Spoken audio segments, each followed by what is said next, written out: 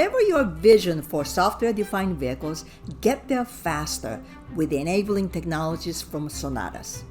Our market-proven software serves as powerful building blocks that empower automakers to realize dynamic SDV architectures. Sonatus, accelerating the shift to software-defined vehicles.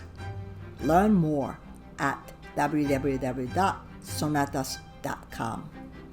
Hi everyone, my name is Junko Yoshida. I'm the editor-in-chief of the Oja-Yohsida Report. Today, we have a fabulous guest that we put together, we meaning Oja-Yohsida Report and the Sonatus, put together this special panel on software-defined vehicle. Our focus here, however, is software. I put it like, I'd like to know the anatomy of software in SDV.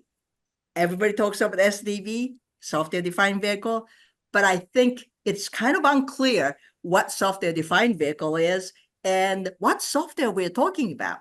But before diving into the panel, let me introduce first my partner here. Jeff is the CEO and co-founder of Sonatus. Hi, Jeff.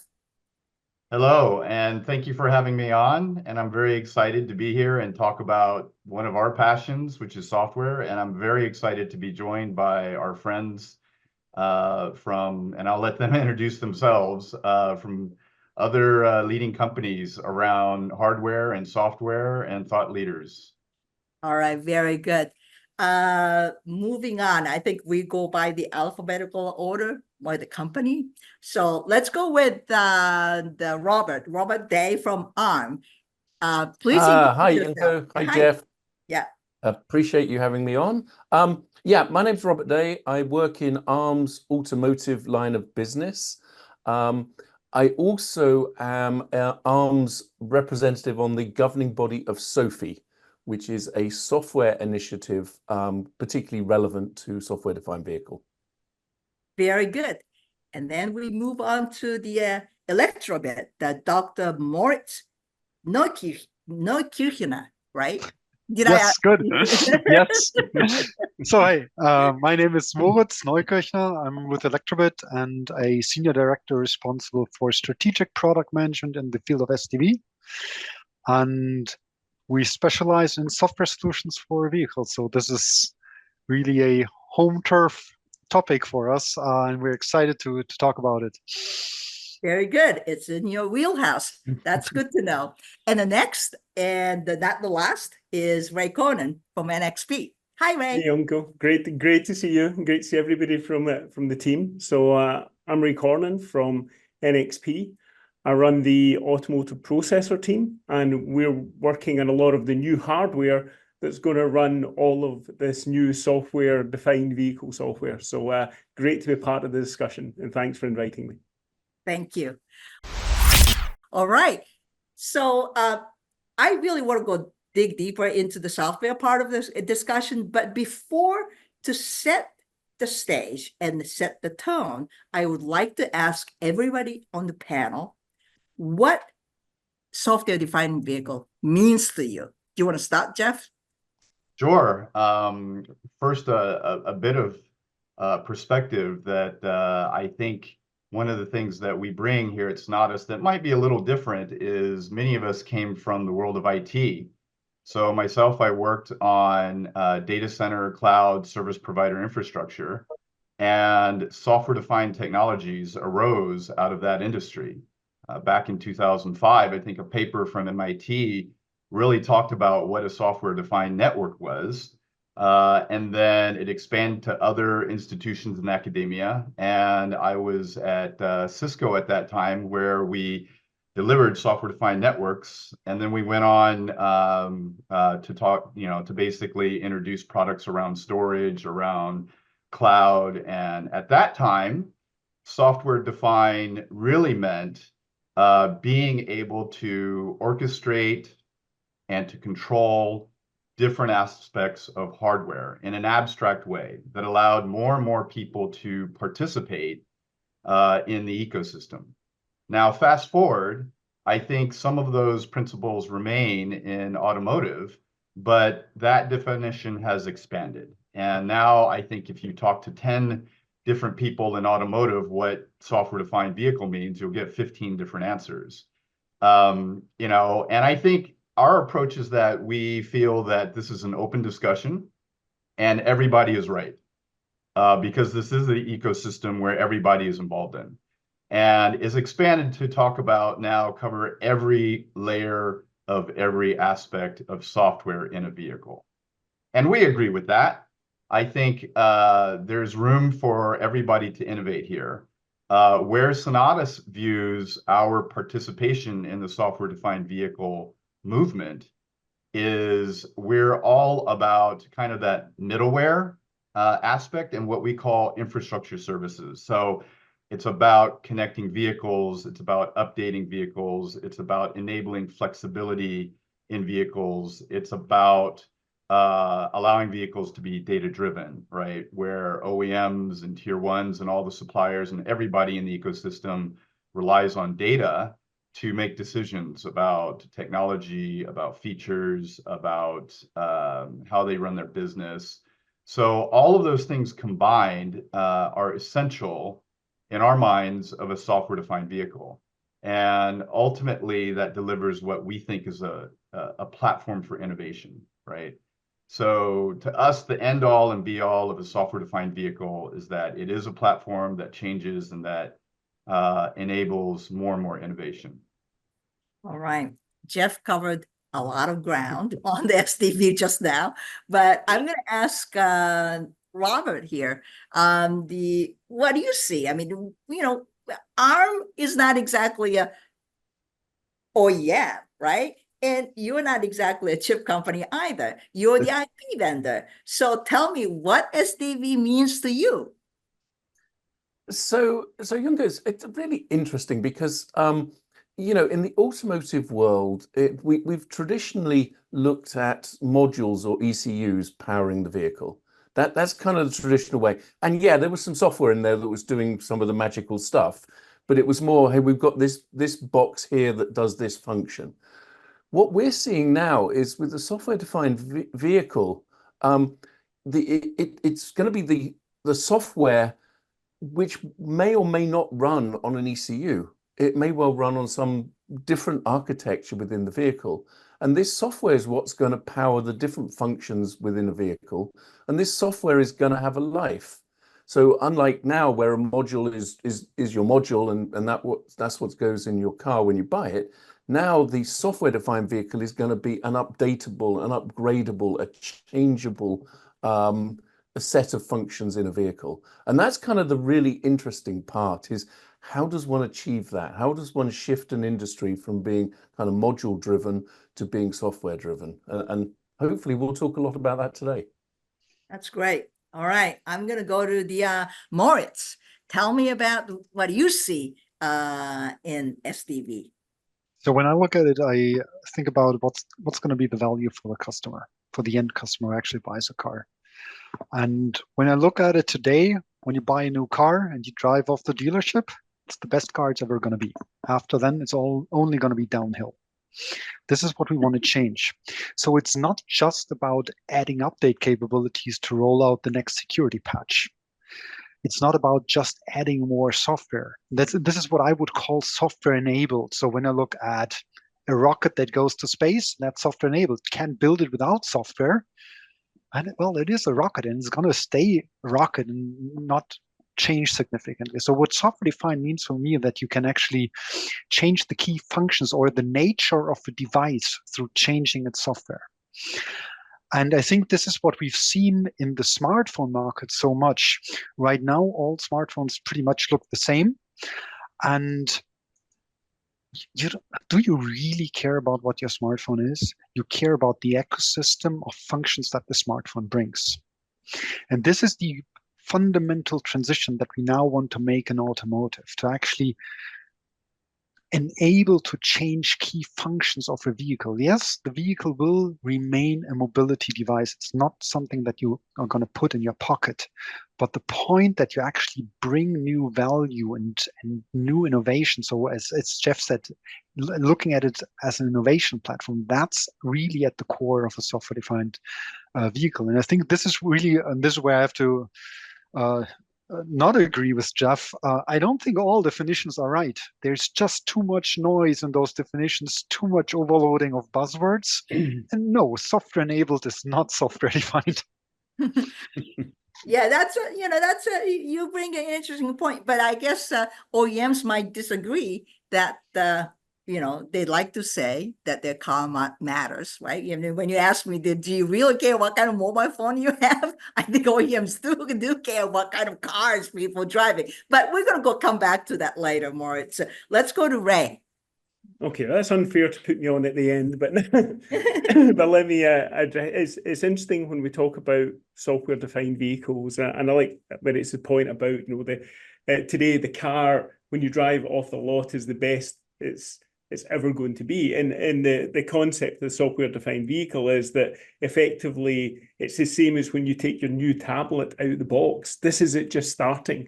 You're going to start adding all your personalized functions and your applications to it.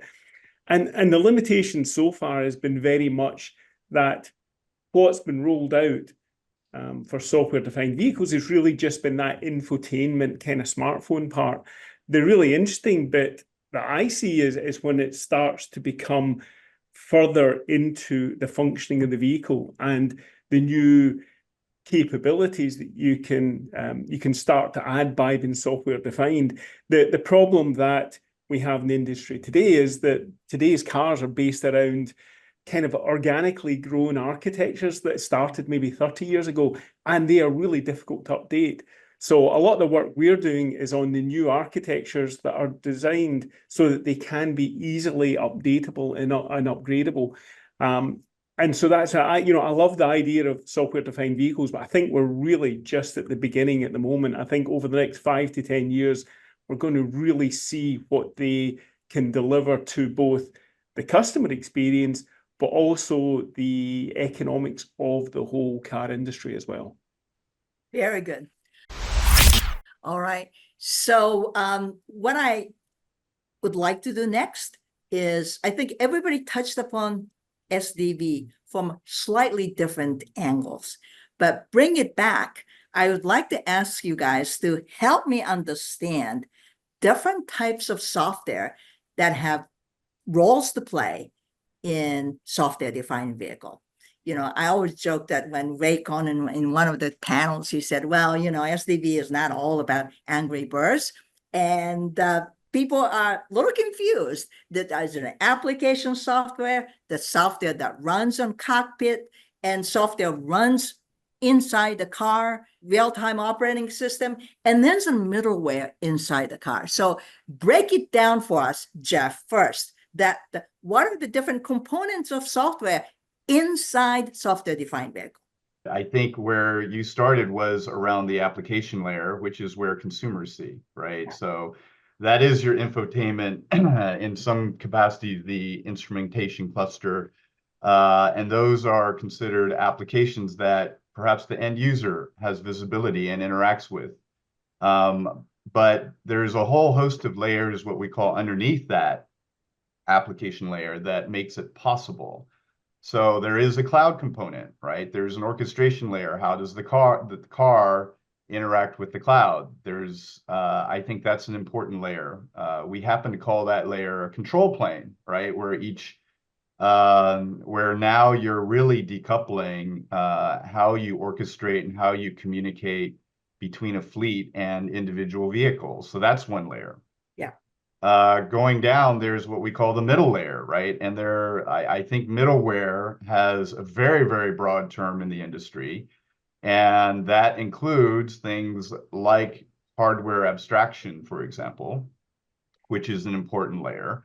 And that's important for SDVs to basically become these flexible platforms, as you have to somewhat isolate the different layers of software from the hardware. So that's an important component of software-defined vehicles. And in that abstraction layer is what we call infrastructure services layer. And that's where, as you abstract hardware, you need to pool hardware, which means you treat them as an abstract resource, which means you have to secure them, which means you have to isolate them. And that actually provides the services for applications to run. And below that layer becomes things like the operating system layer. And those are a little more ECU specific that sit underneath all of the other layers. So that's kind of how we view the software stack. And I would love to hear how my illustrious panelists think about it as well. Yeah, that's a very good overview. It's a, it's really top-down sort of view of the software architecture. So please chime in that your slightly different take on the software layers that you see in software-defined vehicles. I think the architectural laying is pretty accurate that Jeff gave. I think there's a bit of a different view that you can take on that grouping. When I look at functions that I have in the car and how often I expect to see updates from a customer perspective, there's significant differences. When I look at the classic infotainment stuff, like when we talk about putting TikTok in your infotainment, right? The update frequency is probably going to be like on a daily, weekly basis, very customer driven, very little automotive grade qualification that you need to see. But still, those functions will need to get access to vehicle data. So when we talk about things like, I don't know, delivery to trunk functionality, for instance, you need to interact with the physical device still. Then there's functionality that is highly differentiating for OEMs. When we talk about the next generation of an ADAS system, requires a lot of performance, certainly will sit on performance controllers, so POSIX operating systems playing a big role in these parts. But you have inherently automotive processes for qualification. Update frequency will be lower, yes.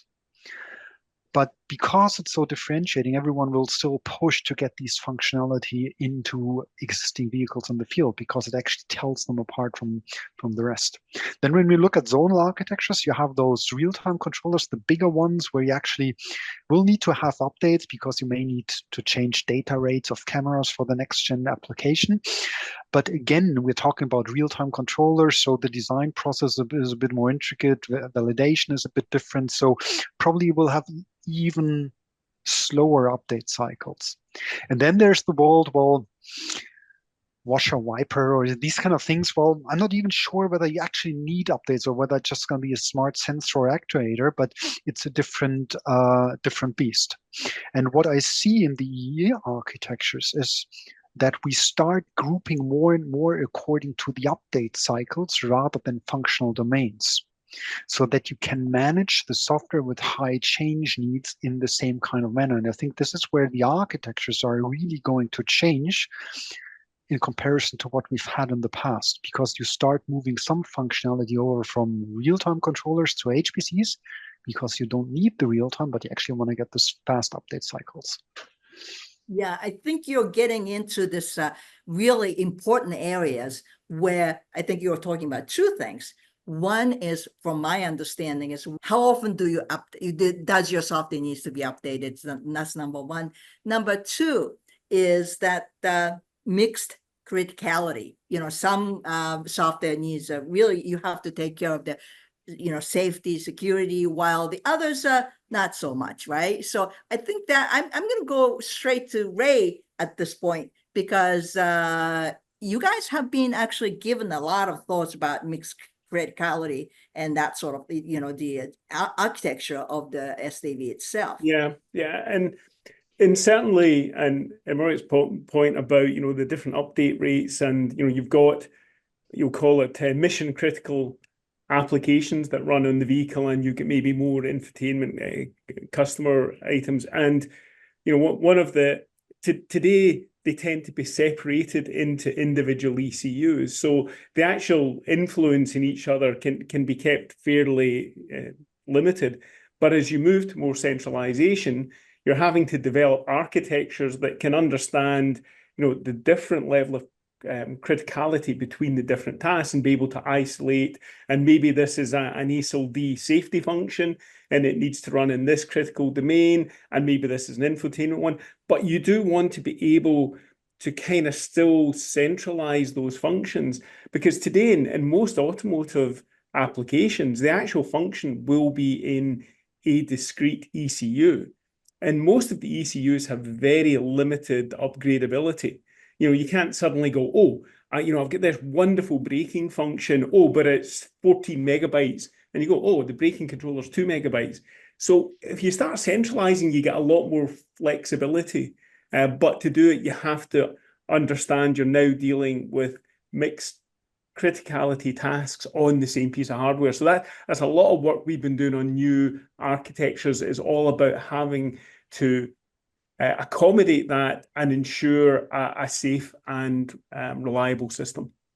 Yeah, that's a good point. I'm going to come back to Robert, because I was telling you just before this recording started, I started to read the SDV for Dummies book that I put together. And in that, there's one sentence that really kind of caught my eyes. It says, up until now, software inside the vehicles are tied to vehicles model, year. It was really tied to hardware. And things are really changing, right? So let's talk a little bit about that from where you sit at ARM. How the software needs to be, if you think that software-defined vehicle is more universal and updates that need to be done, not just one specific chip from company A, but chip for 10 different companies. How do you manage that? And is that where Sophie comes in? Can you explain a little bit? Ooh, okay, so we'll probably take the rest of the podcast to get this sort of. So what's interesting is, your traditional software stack, even an ECU, it hasn't changed. There's an operating system, there's some middleware, there's an application. Okay, that and it all runs on a piece of hardware. What's changing now is the need for different types of technologies or methodologies to allow for the updatability of software, for software to run at different criticalities on the same hardware system. And that's what we're doing in SOFI. We're bringing in concepts like containers, orchestrators, virtual machines, virtualization, which basically allows your software still doing its particular function, but to reside in an environment next to something that's doing a different function on the same piece of hardware. And so that's a lot of what we're doing in SOFI, is trying to put the mechanics in place of new software technologies that haven't traditionally been in vehicles. Vehicles on an ECU, they don't need to run containers right now. But as soon as you go to that different architecture, then you will need to have things like virtual machines and containers to separate the functions from each other. And that's where kind of Ray was going. So this is really what we're looking at in SOFI, is how do you easily take these software functions and update them, upgrade them, maintain them, in the same way you would for something like a cloud application or a smartphone application. And that's the difference. It's sort of these underlying technologies that haven't been in vehicles before that we believe are going to be needed for the software-defined vehicle. Let me add one thing to this. This is looking at it from a technology perspective, how to enable the infrastructure. What is really important, if you buy into that value proposition that you're going to change key functions independently of the underlying hardware, independently of the underlying operating system, the key important point is to be able to decouple life cycles. So right now, a lot of times the way how ECUs are built vertically integrated means you change one piece and you need to change 10 other ones. And now we see that big consolidation of functionality, bigger controllers, and you want to increase the update frequency. And inherently means that you need to make components independently updatable. And these technologies are one of the key enablers. But another point that also contributes to this is backwards compatibility, control of APIs, control of SDKs. When you look at the successes that we've seen in the smartphone market, a lot of this is due to the fact that the apps from 5 Android versions ago still run today, because you don't need to update all the apps, although the operating system underneath changed. You don't need to update one app because you installed a different one. So really the decoupling of life cycles of software, of the software platform, and of the hardware platform, that's one of the key points. And the changes that we see in the software infrastructure, as Robert pointed out, these are enabling technologies to allow this decoupling. But these technologies are not the only point that you need to do to achieve that decoupling, because development practices, that's really one of the key points to enable that. Yeah, and I love this conversation. I would like to add a couple of things. One, Robert, I'm waiting for a signed copy of your book, so I don't have one. And I'm looking forward to that. So hopefully I get one soon on my desk. So next time I see you, can I ask for a signed copy by you of your book? Yes. Second thing is going back to Ray's comment about how important it is in the hardware to support resiliency and uptime, basically, I think becomes even more important as you start consolidating the hardware. And I think that's where there's an interesting collaboration between software vendors in the infrastructure middleware space with our friends in the in the silicon hardware space, because as you start to consolidate, your failure domain also consolidates, and you have fewer failure domains. So how do you handle that? And that's where I'll get back to things like virtualization, like all of the panelists have talked about. Because that's a very important part of abstracting the hardware and decoupling the software and where it runs, and how do you provision hardware, and how do you isolate applications. And when an application fails or a piece of hardware fails, how do you react to that? How do you move the application from one piece of hardware to another? How do you restart the application? Containers are well known to be able to be quite resilient in that regard. So I think all of these technologies come together and solve all of these problems. So it's definitely technology that hasn't been there in vehicles before, but they're definitely appearing now, and I think they're definitely part of the future of software-defined vehicle. Yeah, this is, yeah. Can I just say something in response to Jeff? Because one of the things that I think a lot of people in the industry, they kind of look at it and they go, well, my mobile phone runs lots of applications together, and that doesn't seem to be an issue. Why is it such a big issue for cars? Well, there's such a big difference in terms of if you have an application in your phone and it takes half a second longer to start up or shut down, then it's just, if you start talking about an ADAS system or a braking system, you don't have that. You have milliseconds to make the right decision. So that idea that you can isolate these tasks in a very secure and safe manner is important. It's important both for the hardware development and the software development. But it's a difficult problem to solve. But it's one that there are now hardware and software techniques that can solve it. But it's not just my cell phone can do it, so therefore, why can't my car do it? It's a very different discussion. I'm glad you mentioned that. That's a fundamental difference, right? Because I'm a reporter, and every time when I talk about SDV, people want to talk about iPhone is in the car, or the data center is in the car, server in the car. I actually recently heard the HBM on the cars. But anyway, set that aside. I think a lot of people see that the different technologies coming into the vehicles, but I think we're touching upon very important issues here. Fundamentally, in your opinion, what's the difference from the iPhone software updates versus SDV software updates? Well, I'll take a stab at it, and I think one of the biggest difference is just the amount of hardware and the number of components that are in the vehicle versus a cell phone. A cell phone is one entity, it's an endpoint. Whereas in a vehicle today, you can have upwards of 200 ECUs, sure, that's going to consolidate, but I think probably what's going to be likely is maybe it won't go down to one ECU, maybe it'll few ECUs, but you'll still have things like a modern network that's in a vehicle that connects sensors and ECUs and different functionality, and that does not exist in a cell phone.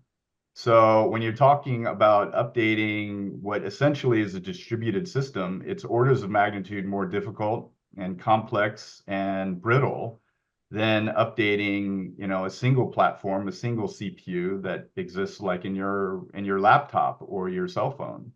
So very, very different set of problems, very, very different set of requirements. All right, I'm going to go to Robert because Robert, ARM is the king of the software. The smartphone market. So where do you see that the difference that you have to provide for the OEMs who are looking for SDV implementation versus, the smartphone companies who are using ARM to make their smartphones? So it's interesting because there are certainly some things that we can take from both the cloud world and the smartphone world when it comes to updatability, when it comes to, agile development, all that sort of stuff, which will benefit the SDV. However, the car is essentially a heterogeneous compute network, and the same for software. So your smartphone has one operating system running on it and a bunch of apps, okay? Your car will have multiple operating systems. It will have AutoSAR operating systems like Elektrobit provide. It will have Linuxes. It will have Androids. It will have just different types of real-time operating systems. And that's just the OS layer. And then on top of that, you have different middleware functions. You have different networks. It's a really completely different beast. And, let's throw in real-time and safety critical while we're at it. So it's just completely different. It's the most complicated piece of electronics that you will ever own, and the most diverse amount of software applications, middleware, operating systems, and everything else that you will ever own. So it's really, really different. And that proves very interesting challenges for people that are making their vehicle, software defined. Yeah. Robert, you've touched on a very important point, the one of diversity in hardware or of the system.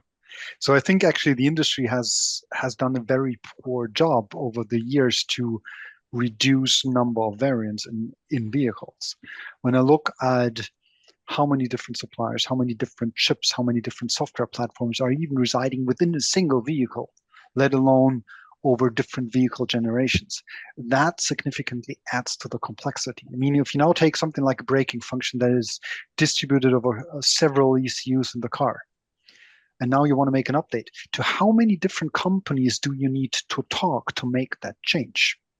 And this is one of the fundamental issues, since the industry has regarded software as an enabler for hardware pieces that you plug together.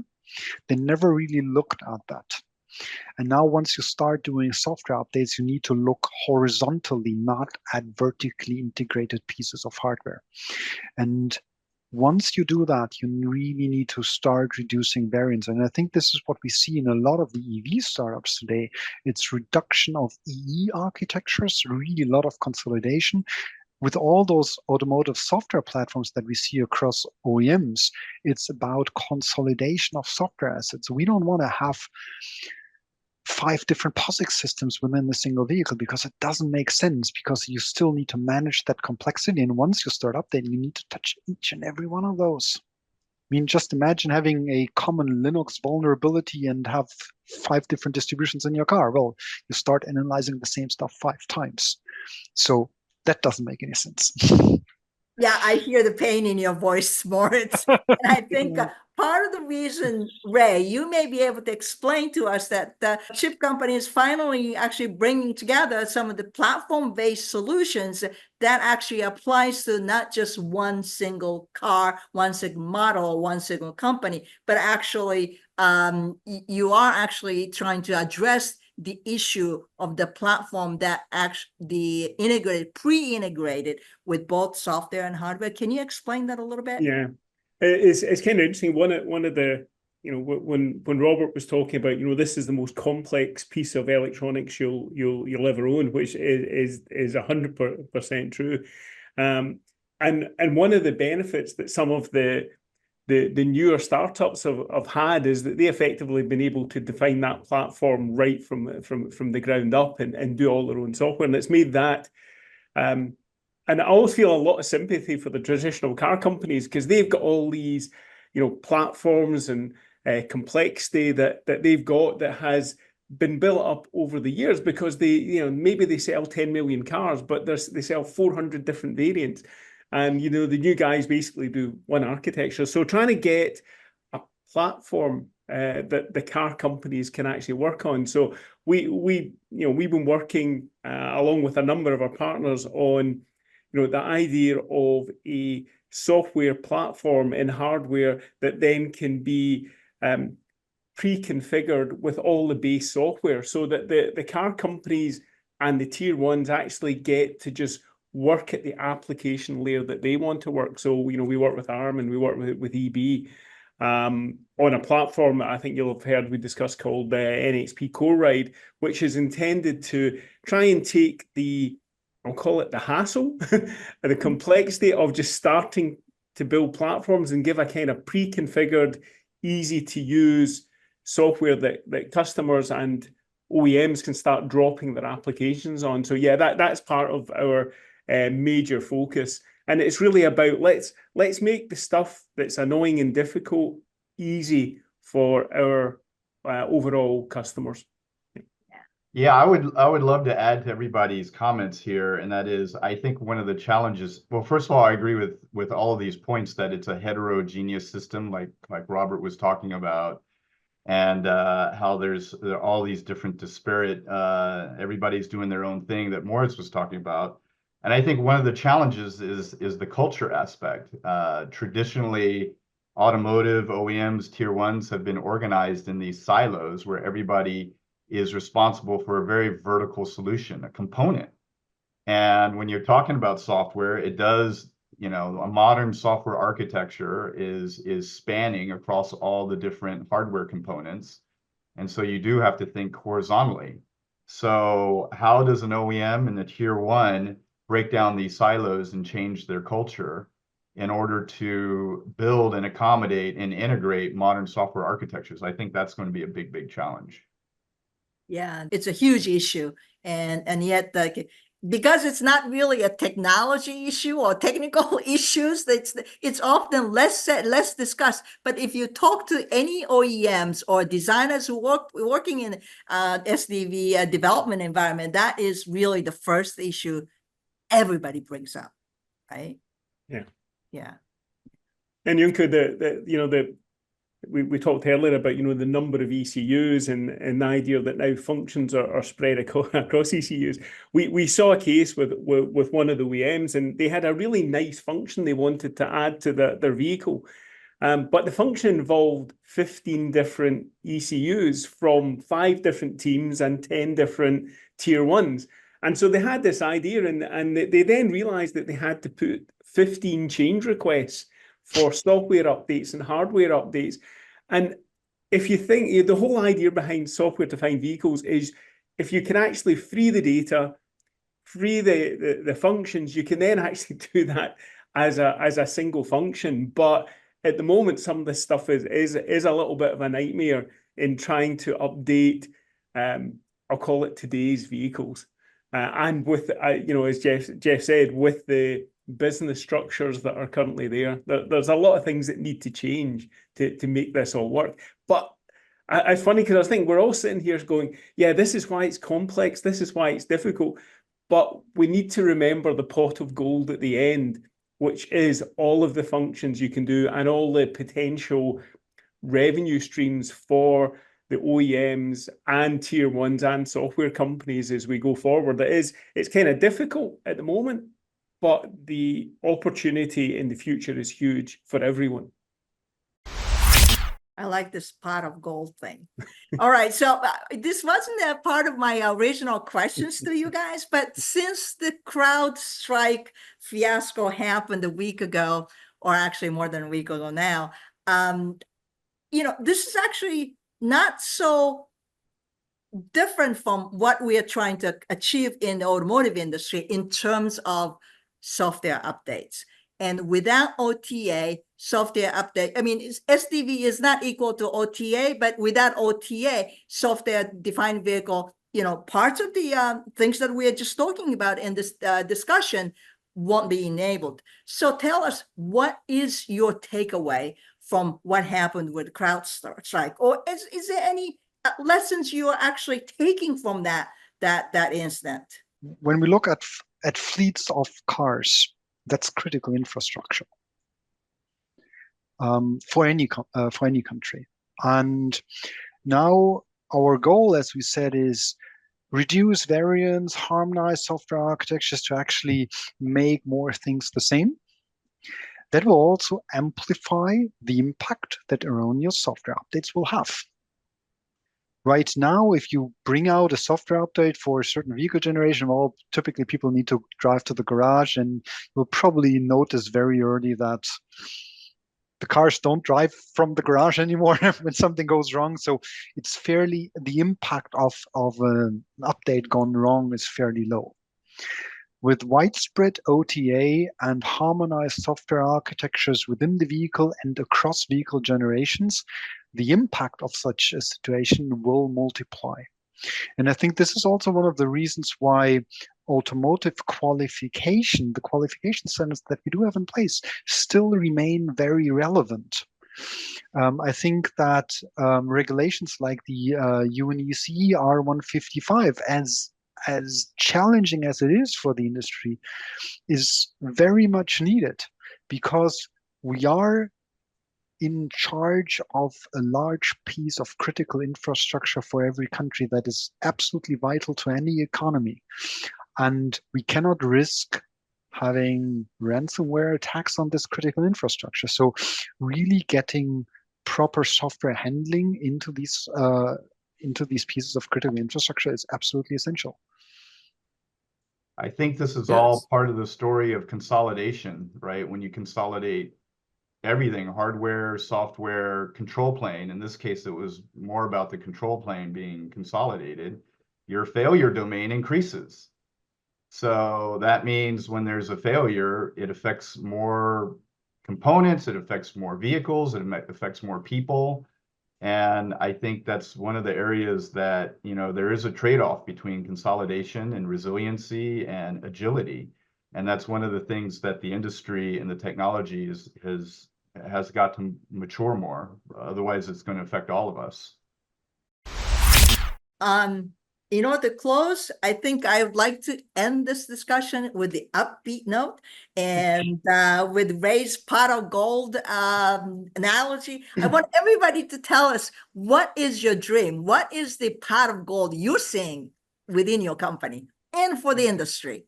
Okay, so the nice thing about the pot of gold, as Ray talked about, is the car architectures need to change, the hardware architectures need to change, and the software architectures need to change.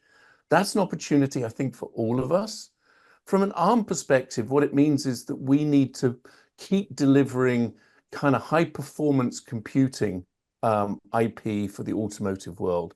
And something we did earlier this year is we launched our first server class automotive CPU. And so we're basically saying, okay, we can see this change is coming. We can see you need more high performance compute in the car to actually power the software defined vehicle. We can see that there's a software architecture that needs to change. So we're doing things like SOFI. So for us, there's a kind of real opportunity, working with our partners like Sonatus, like NXP, like Elektrobit, to actually monetize this change in architecture and allow the OEMs to then basically do the same. So I think it's a huge opportunity right now. All right. What about you, Moritz? I think when we again come back to the initial point of the value proposition of an SDV, creating new value for end customers, really changing the nature of the device. What it actually will become, the software-defined vehicle, is an innovation platform, not a software platform. So when I think back on the revolution that we saw in smartphones, when I saw the first smartphone, I would have never thought about an app like Shazam. And I think also the handset manufacturers would have never had a business case to build such an app. So the key point was opening up development environments and letting other people innovate on that platform, not looking at it as a fixed product, but as an innovation platform. And I think that's the ultimate vision. And for us as Elektrobit, it's really to enable everyone to develop software for vehicles as efficiently as possible, to get to the convergence of technology between cloud and in-vehicle infrastructure, and really enable people to develop software irrespective of now whether it has safety properties required, whether it has real-time properties required, whether you want to go for the most astonishing cockpit experience or app from an infotainment perspective. For us, it's really about creating that opportunity for innovation for other stakeholders in that industry. Very good. Well put. What about you, Ray? You're the one who started the pot. Yeah, the pot of gold. Yeah. It's funny that Moritz comment on, the analogy with the mobile market when, who would have thought when the mobile market came out and there was a camera with a flashlight on it that someone would have gone, you can build a heart rate monitor out of that. Oh, okay, that's great. You got a pulse. Oh, that's out of that. Now think what you're going to do in automotive. There are hundreds of different sensors all inside your car today. And the problem with them is a lot of their data is isolated, or you get it, but it's low data rate, or something like that. So if you go to a properly software-defined vehicle where you've got access to all that data, and you might be able to do some software-defined networking and say, well, that sensor I now want, 500 megabits of data from. You can then, if you have it as an innovation platform when you've opened it up, think of all the creative people out there who are going to look at those sensors and think, I know what I can do. I can actually, I can use this to monitor all the road conditions, and I can then source it to big data. And there's just all these kind of opportunities that are there once the right hardware and the right software platform is placed. And I think we're taking small steps today. We're getting there, but in the next 5 to 10 years, I think that, that pot of gold is going to be open to everybody in the car industry. And I think it's just a brilliant opportunity for the industry, but also for the end consumer who will start to see the benefits. I don't think we all know what they are yet, but we can see the history of what happened in the mobile market to know that can also happen in the automotive market. Okay. Excellent. I think Ray nailed it. It's once you have an innovation platform, the exciting part for me is you don't know where it's going to go. I think the next generation is going to define how we live our lives and how we interact with each other and how we get from point A to point B. It's not just about transportation. So I've been a part of many transformations across multiple industries, from finance to media to retail. And I truly believe that the transformation of automotive is going to be bigger than all of them combined. And where this is going to go, I think it's not just a pot of gold. It's like N number of pot of golds where N could approach infinity. I agree with that. and everybody's going to benefit. So to me, that's the exciting part of things. Yeah. It was great. Thanks for coming to the panel. And I think this is only the beginning. I hope we'll have the chance to get together again to compare the notes and how far we have come and what hurdles we still have to overcome. Thank you. Thank you. Great. Thank you. Bye. Bye.